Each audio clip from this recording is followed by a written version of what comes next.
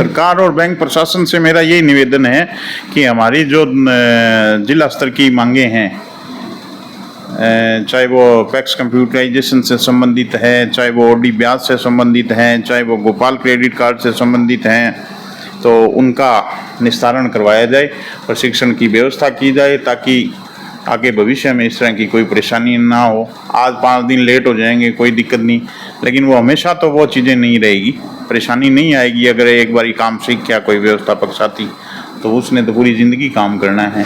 इसलिए थोड़ा हमारी तरफ ये सकारात्मक रुख अपनाएं ताकि उनकी भी वार्ता रह जाए और हमारी भी बात हो जाए। गोपाल क्रेडिट कार्ड के अंदर इन्होंने भुगतान करवा दिया, उसकी द्वारा वसूली हो गई। अब वसूली होने के बाद में ब्याज का हमें तो कमीशन मिलना चाहिए था, वो कमीशन की बजाय इन्होंने ब्याज उसके अंदर जोड़ करके वो और समिति के नाम लिख दिया, तो ये और घाटे की कार हो गई। 24 तारीख तक हमारी समस्याओं का समाधान कराए, अन्यथा हम प्रधान कार्यालय के आगे ही धरना प्रदर्शन शुरू करेंगे। जब तक प्रशिक्षण नहीं दिया जाएगा तब तक काम नहीं होगा।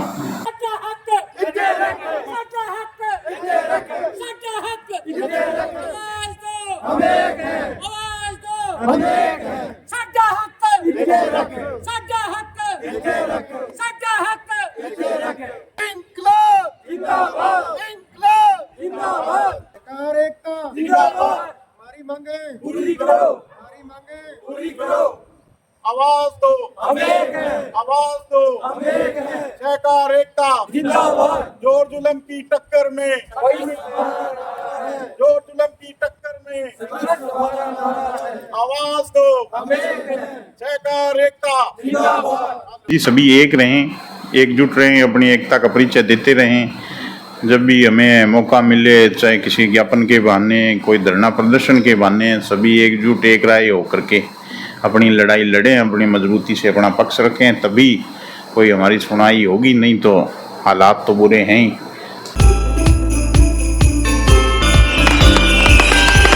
नमस्कार मित्रों, MW न्यूज़ मुखर वक्ता में आपका स्वागत है। मैं इंदर कुकड़ और आज मैं अपनी टीम के साथ में पहुंचा हूं जिला हनुमानगढ़ में, जहां के जिलाध्यक्ष रमेश जी ढाका साहब हैं।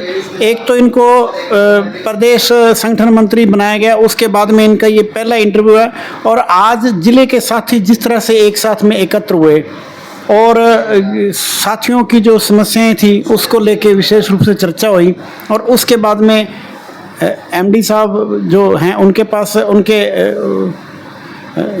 हनुमानगढ़ केंद्रीय सहकारी बैंक में गए। वहाँ पर जाने के बाद में कलेक्टर साहब को ज्ञापन दिया। मैं उनसे वार्ता करूंगा और जानूंगा उनसे कि क्या लगता है कि सरकार की मंशा क्या है और विभाग की मंशा क्या है, इनको क्या लगता है। तो सबसे पहले ढाका जी, आपका बहुत बहुत स्वागत है जी एक बार फिर। धन्यवाद इंद्र जी। और सबसे पहले ढाका जी, आपको राजस्थान बहुउद्देशीय कर्मचारी सोसाइटी यूनियन जयपुर का जो है संगठन मंत्री प्रदेश का बनाया गया, उसके आपको बहुत सारी शुभकामनाएं, बहुत बहुत बधाई। धन्यवाद। तो ढाका जी, क्या लगता है आपको कि आपको प्रदेश संगठन मंत्री का जो कार्यभार दिया गया है, क्या कारण रहा, किस वजह से दिया गया, क्या लगता है आपको? देखिए इंद्र जी, हमने तो अपने आप को आज तक हमेशा एक कार्यकर्ता समझ के ही काम किया है। हम तो पहले भी ज़मीन पे काम करने में विश्वास रखते थे और अब भी रखते हैं और आगे भी रखेंगे। शीर्ष नेतृत्व हनुमान सिंह जी राजावत साहब का बहुत बहुत धन्यवाद। उन्होंने जो है हम पे विश्वास जताया, उन्होंने जो मान सम्मान दिया, हमें जो पद दे दिया, उसके लिए उनका पुनः आभार। और मेरी तो इस तरह की कोई इच्छा नहीं थी, या ना ही हमने कभी ये कहा कभी हमें कोई पदाधिकारी बनाया जाए या हमें कोई पद दिया जाए, क्यों हमने तो सबसे पहले तो हमने हमारे ज़िले के लिए काम करना है। हमारा ज़िला मजबूत होगा तो हम स्टेट में निश्चित रूप से मजबूत रहेंगे। फिर भी जो साथियों ने हमें जिम्मेवारी सौंपी है उसके लिए हम पूरे दिल जान से काम करेंगे। आज आपने एक आह्वान किया और ज़िले के सैकड़ों साथी जो है इस मीटिंग में मौजूद हुए। क्या विशेष रूप से मांग थी, ऐसी क्या समस्या थी जिसके लिए एक साथ होना पड़ा? देखिए इंद्र जी, 21 अप्रैल से कार्य बहिष्कार जो था उसको स्थगित कर दिया गया और राज्य सरकार को, सहकारिता विभाग को 30 जून तक का टाइम दिया गया। तो जैसे ही समितियों के अंदर कार्य चालू हुआ है और अब तो ये जून महीना आते आते तो रोजाना एक दो आदेश नए आ रहे हैं। अब व्यवस्थापक साथी सभी असमंजस्य की स्थिति में हैं, कभी इन आदेशों की पालना करें या कोई और काम करें। अभी जिस तरह देखिए, अभी जून का महीना है और ऋण वितरण वसूली का कार्य चल रहा है और 30 जून इसकी अंतिम तिथि है। तो एक तरफ तो अल्पकालीन फसली ऋण की वसूली वितरण का कार्य हो गया, दूसरा फिर अभी KRP पोर्टल चालू है, उसके ऊपर डाटा एंट्री का काम है, तीसरा अभी ग्रामीण सेवा शिविर और चल रहे हैं तो वो करना। इस तरह ग्रामीण सेवा शिविर, KRP और एक जो अभी पैक्स कंप्यूटराइजेशन वाला जो मुख्य काम है, राज्य सरकार इस काम के लिए एक राष्ट्रीय स्तर पे अपनी उपस्थिति दर्ज कराना चाहती है, एक वाहवाही लेना चाहती है, अव्वल आना चाहती है।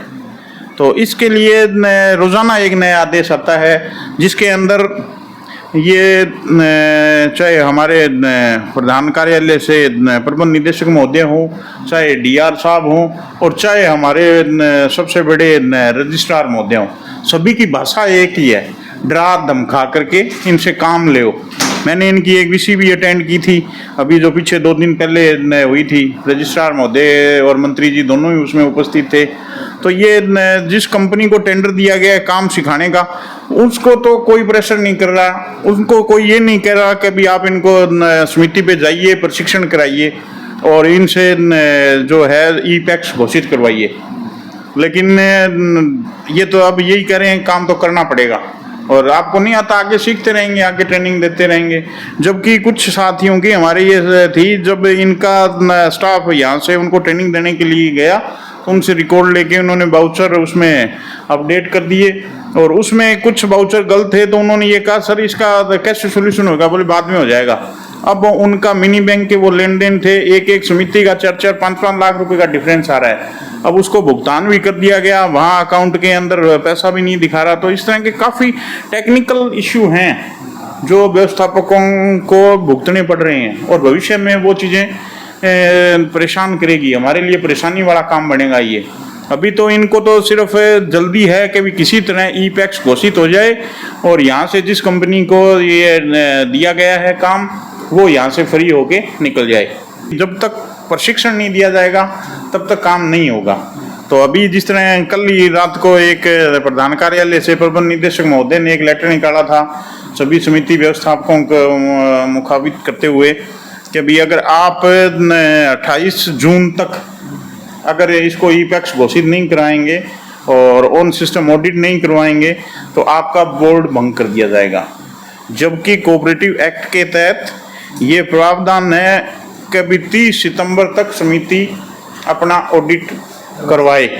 अगर 30 सितंबर तक ऑडिट नहीं होती है तो उसके बाद में चाहे अनुशासनात्मक कार्रवाई करे, चाहे DR महोदय बोर्ड भंग करे।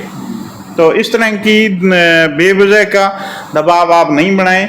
जो हमारी वास्तविक समस्याएं हैं उनके समाधान के लिए आप काम करिए ताकि हमें भी आपको सहयोग करने में आनंद आए, आपका भी काम हो जाए और हमारी समितियों का भी काम भी हो जाए। ऐसी क्या समस्या है जिस वजह से इतना दबाव बनाया जा रहा है? अभी पीछे जैसे अभी VC भी हुई, आप जैसे जो बता रहे हो रजिस्ट्रार महोदय और मंत्री महोदय, उस VC में विशेष रूप से इस चीज़ के ऊपर ध्यान दिया जा रहा है कि जो जर्जर भवन है उसको बनाने के ऊपर मंशा ज़्यादा जाहिर की जा रही है, जबकि जो कर्मचारी जो बिना वेतन के काम कर रहा है उसको लेके किसी तरह का कोई भी ध्यान नहीं दिया जा रहा। इस बारे में क्या कहना चाहेंगे? देखो सर, काम सभी करवाना चाहते हैं। काम की जब बारी आए तब तो हम कोऑपरेटिव डिपार्टमेंट के भी हैं, तब हम बैंक के कर्मचारी भी हैं और तब हम राज्य सरकार के भी हैं। अब जिस तरह ग्रामीण सेवा शिविर चल रहे हैं राज्य सरकार के हैं, उसमें सहकारिता विभाग का कोई काम ही नहीं है। वहाँ भी किसान सम्मान निधि का भौतिक सत्यापन करेंगे, नंबर 1 चीज़। अब किसान सम्मान निधि की किसका भौतिक सत्यापन करेंगे? हमारे पास ना कोई लिस्ट है, ना हमें ये बता भी इसको कैसे किसान सम्मान निधि मिलती है नहीं मिलती है, किस वजह से अटका हुआ है। इसी तरह की आपने कितने लोगों को योजनाओं की जानकारी दी। तो समिति तो 365 दिन खुली रहती है, वहाँ 24 घंटे लोगों गांव वालों का आना जाना रहता है। जो भी स्कीमें हैं वो सभी डायरेक्ट हमारे संपर्क में रहते हैं। तो उन चीज़ों के लिए मेरे ख्याल से शिविर के अंदर बैठाना कोई उचित नहीं है। लेकिन नहीं, अब ये एक व्यवस्थापक आज प्रत्येक तहसील के अंदर 2 समितियों के अंदर कैंप चल रहे हैं, तो 2 आदमी तो वहाँ प्रभावित हुए, 2 समितियाँ प्रभावित हुई। अब 2 दिन तो उनका काम नहीं हो सकता 2 समितियों का। तो अब ये जो 30 जून लास्ट डेट है, इसकी वजह से वो वसूली प्रभावित होगी। वसूली प्रभावित होगी तो फिर KRP वाला काम अटक जाएगा। KRP के साथ साथ ERP, पैक्स कंप्यूटराइजेशन, ई-पैक्स घोषित करना सब प्रभावित होगा। लेकिन नहीं, ये तो दबाव चाहते हैं कि करो, आप किसी तरह करो। तो हमने तो आज ज्ञापन दिया है MD साहब के नाम, और MD साहब ने हमें आश्वस्त भी किया भी हम कल आएंगे, हम बैठ के बात करते हैं। तो हमारा तो यही है भी जो व्यवस्थापक साथियों की समस्याएं हैं उसके अंदर एक तो पैक्स कंप्यूटराइजेशन की सबसे बड़ी ये है कि साथियों को काम नहीं आता और उनसे दबाव देकर से उनसे HOC ली जा रही है और लेकर के ई-पैक्स उसको घोषित किया जा रहा है। तो जिस साथी को, और फिर डायनेमिक डे एंड करना रोजाना, तो जिस साथी को ID खोलनी नहीं आ रही, वाउचर पोस्ट नहीं करना आ रहा, और तो वो कहाँ से डायनेमिक डे एंड करेगा, कहाँ से? आपने भले ही उसको ई-पैक्स घोषित करवा दिया लेकिन बाद में तो कोई काम होना नहीं। तो इस तरह की सिर्फ एक फॉर्मेलिटियाँ करने की जल्दी है सभी को। क्या पता ऊपर कंपनी को फ्री करना चाहते हैं कि भी जाओ, आपका काम यहाँ से हो गया, आपने सबको ट्रेनिंग दे दी, ई-पैक्स घोषित कर दी, अब आप जाओ। जबकि ये उल्टा व्यवस्थापकों पे दबाव बना रहे हैं, जबकि ऐसा नहीं होना चाहिए। हमने बार बार निवेदन किया है कि सर आप प्रशिक्षण की व्यवस्था कराइए, हमें जो भी काम है पैक्स कंप्यूटराइजेशन से संबंधित वो हमें सिखाइए, और हम सीखने के लिए तैयार हैं। और जबकि ये करें, हमारा 3-3 साल से ट्रेनिंग चल रही है, जबकि ऐसा कुछ नहीं है, सिर्फ कागजों में ट्रेनिंग हुई है। सभी ऊपर वालों को खुश करने में लगे हैं, व्यवस्थापक की कोई नहीं सुन रहा। ऊपर से रजिस्ट्रार महोदय कोई लेटर निकालते हैं MD साहब के नाम, MD साहब उठा के व्यवस्थापकों के नाम या बोर्ड संचालक भंग करने की ये धमकी देते हैं। तो मुझे तो ऐसा कुछ लगता नहीं भी ये अपने इसके अंदर 100% सफल होंगे। अगर आज गणना की जाए, सभी साथियों का भौतिक सत्यापन किया जाए, कभी आप आकर के इसको ID को खोल करके एक वाउचर पोस्ट करके दिखा दो, मैं आपको गारंटी देता हूँ 271 में से 71 समिति अगर उसमें व्यवस्थापक या उनके कोई स्टाफ का आदमी अगर वाउचर पोस्ट कर दे तो आप मुझे कह देना, मैं बाकियों के भी दिलवा दूंगा। जबकि ऐसा नहीं है, ये सिर्फ फॉर्मेलिटी है। ये कंपनी का पता नहीं क्या दबाव है, किसकी कंपनी है, क्यों ये इतना दबाव मानते हैं इनका, ये मुझे आज तक समझ में नहीं आया। ना तो MD साहब कुछ कहने के लिए तैयार हैं, ना DR साहब कुछ कहने के लिए तैयार हैं, और रजिस्ट्रार साहब तो बिल्कुल ही नहीं। वो तो कहते हैं आप सुनो, पहले हमारी सुनो, बस आपकी क्या समस्या है वो बाद में देखेंगे, ये काम कर दो आप 28 तक। आगे की आपकी क्या योजना रहेगी? हम आगे की योजना यही है, हमने आज ज्ञापन दिया है, उसके अंदर हमने ये कहा भी 24 तारीख तक हमारी समस्याओं का समाधान कराए, अन्यथा हम प्रधान कार्यालय के आगे ही धरना प्रदर्शन शुरू करेंगे। और इसका हमने एक ज्ञापन कलेक्टर साहब को भी दिया है, उनको भी इस बारे में अवगत कराया है कि सर एक प्रशिक्षण की व्यवस्था ना करके हमारे पे अनावश्यक दबाव बनाया जा रहा है, इसके लिए आप उनको निर्देशित करिए। और इसके अलावा एक राजस्व पटवारी द्वारा समितियों का नो ड्यूज लिए बगैर इंतकाल कर दिए जाते हैं, जबकि ऐसा नहीं होना चाहिए। जिले के अंदर कुछ तहसीलों के अंदर इंतकाल दर्ज कराने से पहले समिति से NOC ली जाती है, जबकि कुछ में नहीं ली जाती। कई जगह पटवारी अपनी मनमर्जी करते हैं, तो उसके लिए कलेक्टर साहब से हमने निवेदन किया भी आप इनको निर्देशित करिए। तो कलेक्टर साहब ने उस पर सकारात्मक कदम उठाने का आश्वासन दिया है। समिति के जो कर्मचारी हैं उनको मुख्य रूप से OD मेंबर को लेकर समस्याएं आती हैं या गोपालन ऋण को लेकर समस्याएं आती हैं, इस विषय पर आप क्या कहना चाहेंगे? देखिए इंद्र जी, अभी जो बैंक द्वारा ब्याज डाला गया समितियों के अंदर, उसको अपेक्स बैंक के निर्देशानुसार आधा ब्याज के अंदर जमा होना चाहिए और आधा समिति के SB खाते में जमा होना चाहिए, ताकि समिति कर्मचारी की तनख्वाह उनके खर्चे निकल सकें।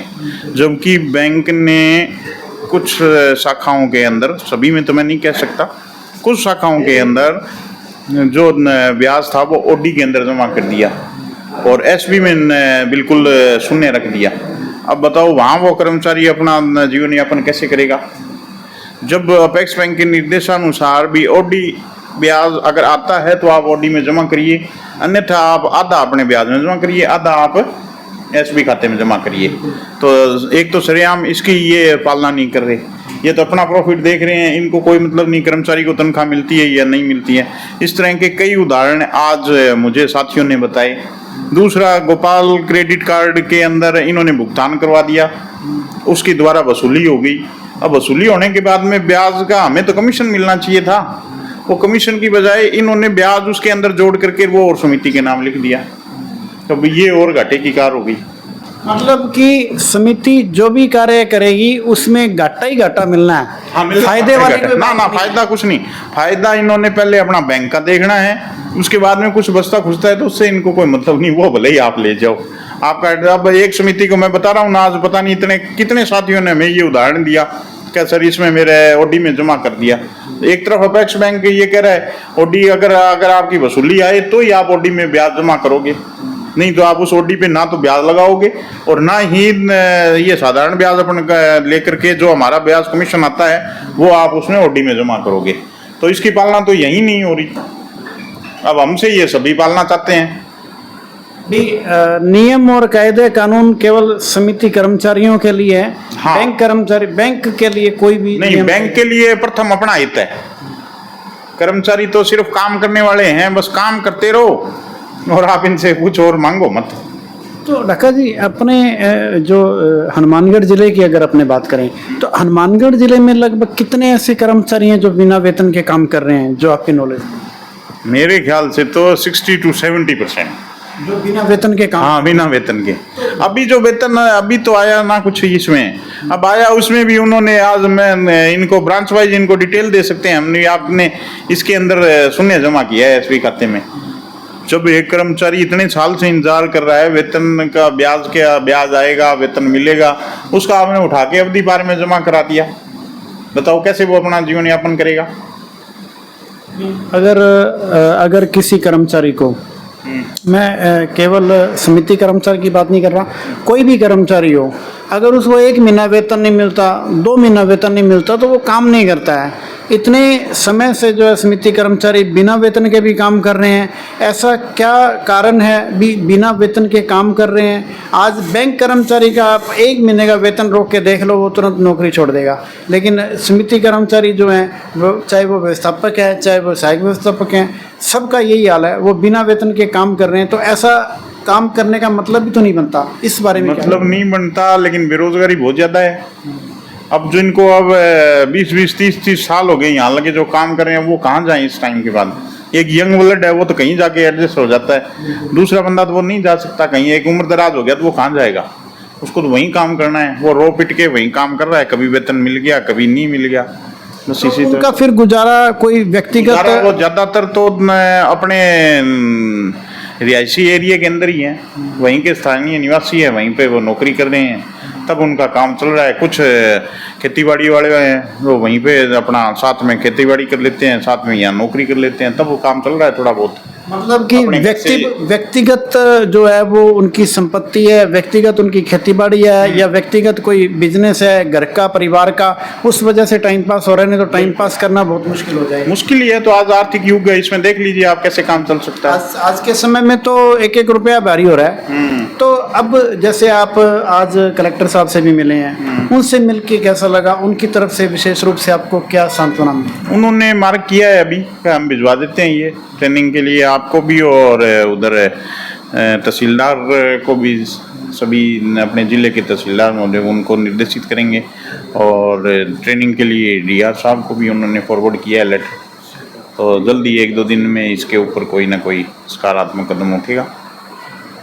और रही बात, अब जैसे आपको प्रदेश का संगठन मंत्री बनाया है, आपके राजस्थान बहुउद्देशीय सहकारी सोसाइटी कर्मचारी यूनियन जो है, इसके अंदर विशेष रूप से क्या नया नवाचार हो रहे हैं? क्या कुछ प्रक्रिया चल रही है प्रदेश लेवल में, उस बारे में क्या कहना चाह रहे हैं? नवाचार तो अभी कुछ नहीं, अभी सभी वसूली के अंदर ही लगे हुए हैं, सबके ऊपर काम का दबाव है, इतने दिन तक लंबी हड़तालें चल गई, तो अभी तो सभी इसी में बिजी है। शायद 30 जून के बाद में ही कोई प्रदेश स्तरीय मीटिंग का आयोजन किया जाएगा, जिसमें सभी साथी मिल बैठ करके आगे की रणनीति बनाएंगे, क्या करना है क्या नहीं करना। यही है, तब तक सभी साथियों से यही उम्मीद है भी जुड़े रहें, डटे रहें, एकजुट रहेंगे तो कुछ मिल जाएगा, नहीं तो अपनी डफली अपना राख। देश के जो अपने सहकार साथी हैं और जिले के सहकार साथी हैं, उनको विशेष रूप से क्या अपील करना चाहेंगे, संदेश क्या देना चाहेंगे? मेरा संदेश तो ये है जी, सभी एक रहें, एकजुट रहें, अपनी एकता का परिचय देते रहें। जब भी हमें मौका मिले, चाहे किसी ज्ञापन के बहाने, कोई धरना प्रदर्शन के बहाने, सभी एकजुट एक राय होकर के अपनी लड़ाई लड़ें, अपनी मजबूती से अपना पक्ष रखें, तभी कोई हमारी सुनाई होगी, नहीं तो हालात तो बुरे हैं ही। सरकार और बैंक प्रशासन से क्या विशेष रूप से निवेदन करना चाहेंगे? सरकार और बैंक प्रशासन से मेरा यही निवेदन है कि हमारी जो जिला स्तर की मांगे हैं, चाहे वो पैक्स कंप्यूटराइजेशन से संबंधित है, चाहे वो ओडी ब्याज से संबंधित हैं, चाहे वो गोपाल क्रेडिट कार्ड से संबंधित हैं, तो उनका निस्तारण करवाया जाए, प्रशिक्षण की व्यवस्था की जाए, ताकि आगे भविष्य में इस तरह की कोई परेशानी ना हो। आज 5 दिन लेट हो जाएंगे कोई दिक्कत नहीं, लेकिन वो हमेशा तो वो चीज़ें नहीं रहेगी, परेशानी नहीं आएगी। अगर एक बारी काम सीख गया कोई व्यवस्थापक साथी, तो उसने तो पूरी ज़िंदगी काम करना है। इसलिए थोड़ा हमारी तरफ ये सकारात्मक रुख अपनाएं, ताकि उनकी भी वार्ता रह जाए और हमारी भी बात हो जाए। तो ये हैं जिलाध्यक्ष हनुमानगढ़, जिलाध्यक्ष हैं पैक्स कर्मचारियों के रमेश जी डाका साहब, जो कि अभी हाल ही में इनको संगठन की ओर से प्रदेश संगठन मंत्री बनाया गया है, और जिन्होंने जिले को एक साथ में रखा हुआ है। जहाँ तक कर्मचारियों की बात है, सब मिलजुल कर एक आवाज़ पर, डाका जी की एक आवाज़ पर पूरा जिला एक साथ में इकट्ठा हो जाता है और उनके साथ में कंधे से कंधा मिलाकर साथ में खड़ा रहता है। इन्होंने विशेष रूप से उन साथियों से यही अपील करी है कि जैसे पीछे खड़े रह रहे हैं, वैसे आगे भी साथ कंधे से कंधा मिलाकर साथ खड़े रहेंगे तो हम किसी नुकसान होने की संभावनाएं कम है। अगर साथ नहीं खड़े रहेंगे तो नुकसान होना बिल्कुल श्योर है। और दूसरा, इन्होंने जो बैंक प्रशासन है और जो सरकार है, उनसे विशेष रूप से अपील कर रहे हैं कि समिति कर्मचारी जो है वो काम करने के लिए भी तैयार हैं, लेकिन उनको काम करने, उनको तरीके से करवाया जाए ताकि जो काम हो वो कंटिन्यूटी में रहे। ये नहीं है कि एक बार कागजी रूप से कर दिया, एक फॉर्मेलिटी ना की जाए, काम को परमानेंट करने की व्यवस्था बनवाई जाए, न कि फॉर्मेलिटी करवाई जाए। ठीक है जी। MW न्यूज़ मुखर वक्ता में समय देने के लिए धन्यवाद, बहुत बहुत धन्यवाद।